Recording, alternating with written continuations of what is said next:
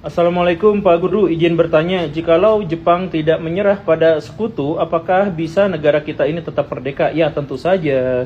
Negara kita tetap merdeka karena apa? Karena pada waktu itu dunia, negara-negara penjajah itu sudah bersepakat bahwa mereka akan melepaskan tanah jajahan mereka. Kenapa seperti itu? Karena dunia sudah mengenal neokolonialisme dan neoimperialisme, sama seperti yang sekarang kita alami. Jadi Amerika Serikat, Belanda, Inggris, Prancis, dan bla bla bla negara-negara yang lain itu semuanya memang sudah akan berniat untuk melepaskan tanah jajahan mereka. Kenapa? Karena pindah ke Nekolim. Kenapa harus pindah ke Nekolim? Karena Nekolim itu menjajah dengan ongkos yang jauh lebih sedikit. Jadi misalkan sederhananya gini lah ya.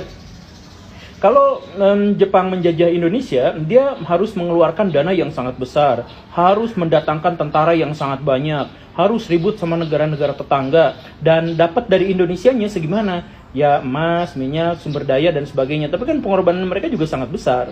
Nah, jadi pengorbanan sangat besar, untungnya sangat besar. Daripada kayak gitu, mereka harus meninggalkannya, pindah ke neokolonialisme dan neoimperialisme. Bagaimana caranya? Menciptakan kesenjangan antara teknologi peradaban di negaranya dengan di negara orang lain, misalkan di Indonesia.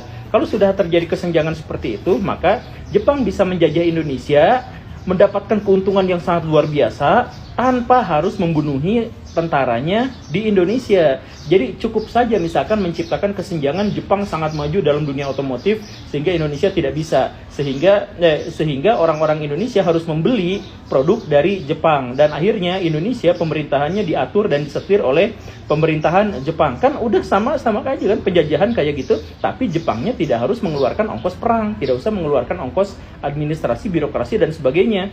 Jepang untung besar sedangkan Indonesia malah terjajah. Nah, jadi tujuan dari penjajahan itu kan dapat untung, dapat cuan. Daripada harus datang, ya mendingan neokolonialisme, neoimperialisme. Jadi dalam hal ini, seandainya seandainya Jepang tidak menyerah pada sekutu pada waktu itu, Jepang pasti akan melepaskan Indonesia dari kependudukannya dan dari penjajahannya.